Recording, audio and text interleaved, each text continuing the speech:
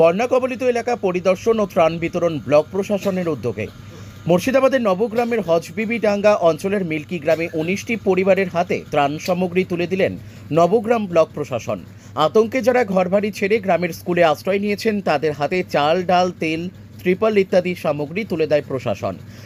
পরিদর্শনে দেখতে পাওয়া গেল একাধিক প্রশাসনিক আধিকারিকদের। নবগ্রামের বিডিও অঙ্কিত আগরওয়াল, নবগ্রামের জয়েন্ট বিডিও ভুবন চন্দ্র চৌধুরী, নবগ্রাম পঞ্চায়েত সমিতির সভাপতি রূপলাল মণ্ডল, হজবিবিডাঙ্গা অঞ্চলের প্রধান সহ একাধিক ব্যক্তিত্ব। স্বভাবতই প্রশাসনের এই উদ্যোগকে সাধুবাদ জানিয়েছেন এলাকার জনসাধারণ।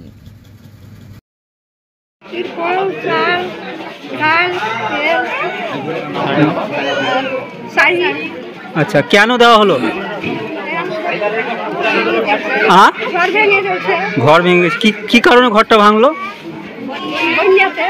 আচ্ছা, কারা দিল? আচ্ছা, কেমন লাগছে এখন? কি নাম আপনার? হ্যাঁ, কোথায় বাড়ি? কোথায় এটা? কোথায় দেওয়া হলো এই জিনিসটা? কত নম্বর এটা? ঠিক আছে, কি নামটা কি বললেন আপনার? আমাদের বন্যার লেগে ঘর পড়ে গেছিল, তার জন্য দেওয়া হলো। আর দিয়েছে তিরপল এবং কাপড় এবং চাল এবং তেল আর হলুদ এবং ডাল আর ভিডিও সাইড দিল। আচ্ছা, কেমন লাগছে এখন? ভালো লাগছে। কি নাম আপনার? কোথায় দেওয়া হলো এটা? স্কুলে, প্রাইমারি স্কুলে। জায়গাটার নাম কি আছে? মিল্কি। মিল্কি। এবং কি কর্মসূচি নেওয়া হলো?